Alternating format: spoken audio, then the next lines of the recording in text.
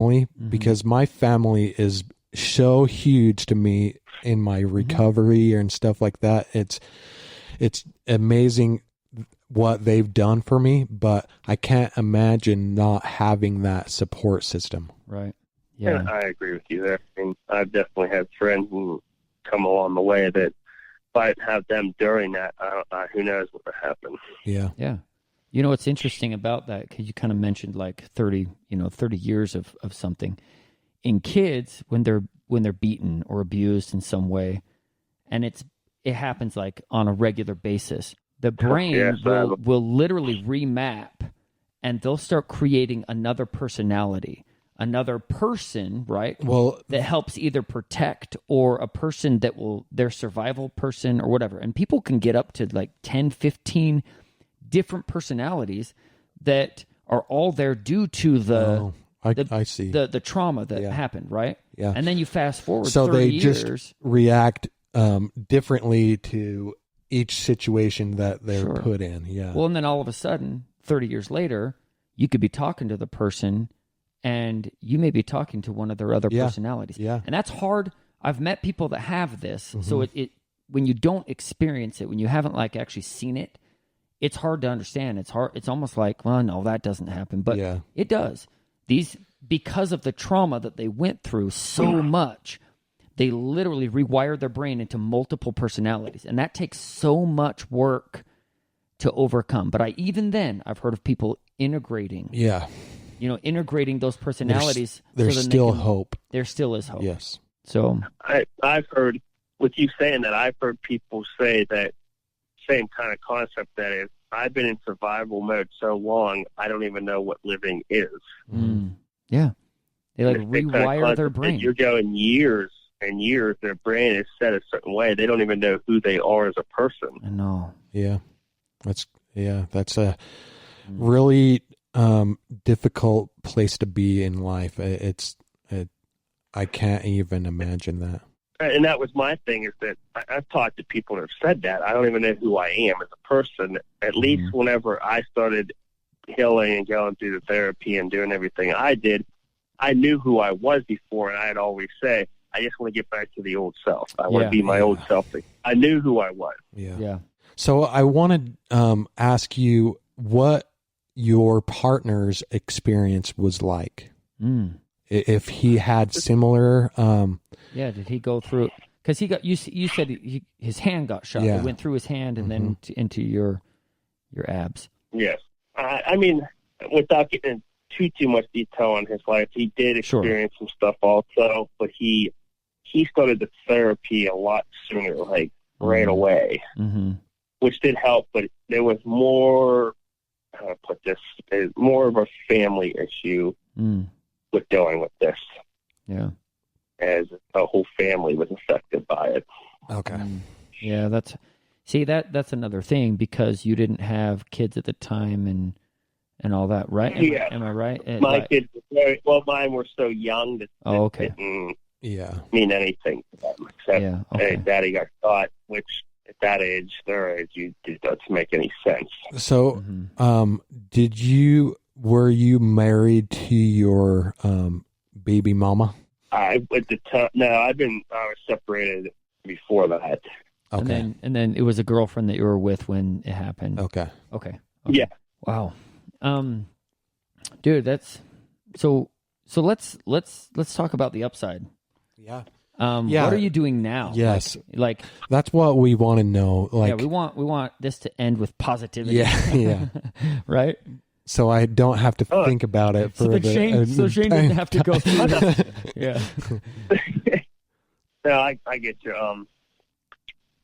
I'd say at this point, I have definitely not only overcome the PTSD and the incident and everything on the job, I've learned so much about it. After I realized I was affected by it, I couldn't accept not learning how this happens. Because to me, it was like, how did this happen to me? I want to know, and I'm going to learn about it. So not only did I fight my demons, I've read books. I've read research papers on it just to understand, because I wanted to know, like, I'm a 6 foot, 230-pound weightlifting guy that does all this stuff at work. How did I shrink myself down into this, guy that sat at his house all the time alone and was doubting everything he did? So to me, it was, I need to know and understand this. And in return, I've definitely talked to many people. I know for a fact I've helped a few people that I know with this by just talking to them and them hearing my story. Yeah. Let's make them realize that maybe I can speak out. Maybe I can reach out and get some help. Yeah, that's a really positive message, just to give people the opportunity to share their story with you.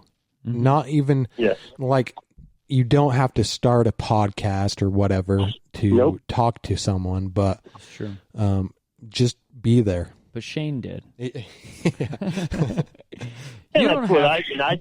you did as well, right? You have a podcast, right? Yeah. The Spark got started basically so people could hear my story, and then time goes, do kind of with this same concept, have more people on if they want to come on. But I do understand some people rather just talk to you one-on-one. Yeah. It's hard to get people to open up sometimes. Yeah. It takes you have to be in a certain place to really share your story publicly.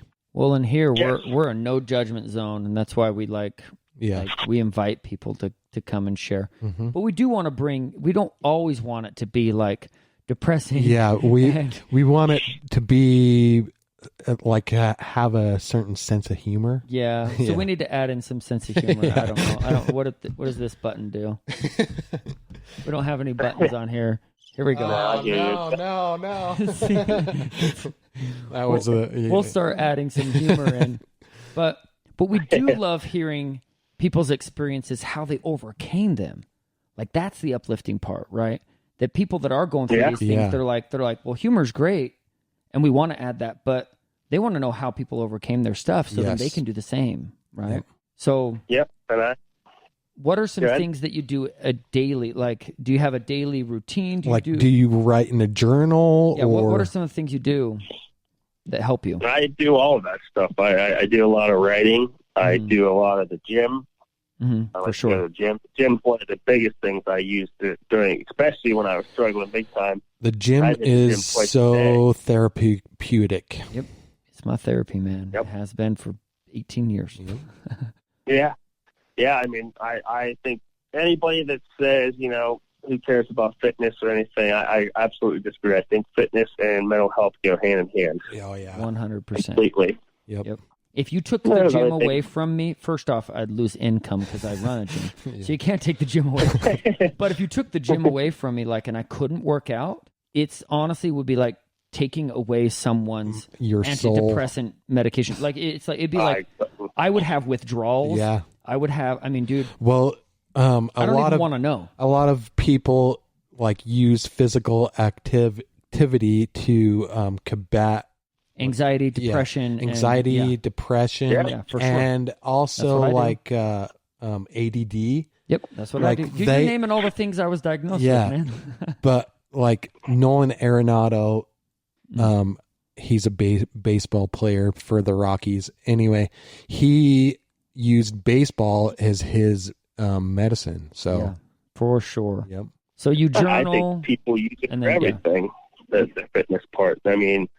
Addictions. People start getting into fitness to get over the addictions they may have. It's just a huge positive thing that people may not even realize why they're going to the gym all the time, but really they feel the best after they leave the gym. Oh yeah, right. I definitely or a run, whatever. Yeah. I did all that. I did the writing, the journals. I actually started doing. I'd write my workouts in a journal, and then under the workout, while I was working out, I would write my thoughts out. Like, hey, that's if good. I was in a bad that day or something like that. So I'm lifting and still writing out the thoughts. Yeah. That's a good idea. Yeah. Really, that worked out well. Sometimes I turn on the camera, so I'll be working out, and then I just turn on the camera, and something cool comes out, and I'm like, yeah, that's great. It just flows sometimes because you're in that. You're feeling confident. You're feeling good about yourself. You got this release of endorphins. I think that's the best thing about working out. you feel so much better about yourself, like physically and mentally. Like it does something to you in that way. Definitely. Yeah, it does. Absolutely does. And then I did other. I mean, I started reading more books, different books I read. I know you had the one guy on there, Dakota Meyer. I started listening to a lot of his stuff because it just seemed to hit home because, you know, ex-Marine, probably didn't think he could struggle, and next thing you know, he's out speaking to people about it. And I'm like, oh, this guy, you know, he's a hero. Yeah. Dakota Meyer is, I don't know. He's a boss. Yeah, he's one of the people that I love following the most because he is just so positive and he's super positive. Yeah, I like it. Yep. And David Goggins, I read his book. Helped me understand how to start. Some of it too was getting my mindset back because I went so long. Like you talked about, you can make up different personalities. In a way, I kind of did for a year and a half plus. Sure. Well, I wasn't the same person anymore, so I had to learn how to readjust back to who I was. That's kind of the whole point of David Goggins' book, though. Like he created that version of himself, and he, and that's what I had to do was readjust my brain again and my thinking back to, okay, I am confident, I am good at my job, I can do this, I am doing this right, and just readjusting myself back to the happy, confident person I was before. Yeah, because I lost that, but it's a lot of work. Like I agree with him when he has that quote in there about look in the mirror. At that time, I had to look in the mirror sometimes and say, look, you struggled for a long time and you did hurt a lot of people on the way, but now you need to fix this. Yeah. You need to fix this. Nobody else owes you anything. Yeah, it's all on you. Ownership. Which, I mean, you guys probably met lots of people that it's always, well, it's not my fault, it's that person. And I took that away and said, no, this is me. Yeah. This is on me. I need to fix what I've done. Yep. And that's a hard thing for people to do. I don't think a lot of people like to look in the mirror and take accountability mirror, I think it was called, right? Yeah, it is. Yeah, accountability mirror. Yep. And that's, because you're going to struggle. Like, while you're struggling, I think most people start hurting other people in their lives that they would have never wanted to hurt. And they don't realize they're hurting just people. To get them to shut up about the incident a lot of times. Yeah, you're shutting people out and staying away from them when you wouldn't want to. That's not what you want to do, but subconsciously you've got to stay away from certain things because of the incident because you don't want to think about it. So subconsciously, I'm ignoring people. I'm staying away from people, girlfriend, friends, things like that.